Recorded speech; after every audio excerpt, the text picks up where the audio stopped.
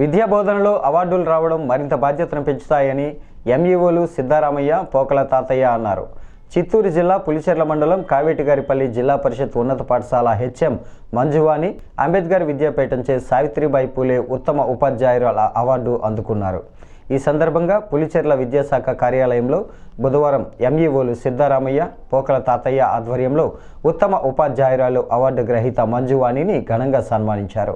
ఈ కార్యక్రమంలో హెచ్ఎం శ్రీవాణి, సిఆర్పీలు Munir Ahmed, Venugopal, Muneeshwara Asruf, MES coordinator Govardhan, CE Imtiaz, ఉపాధ్యాయులు పాల్గొన్నారు.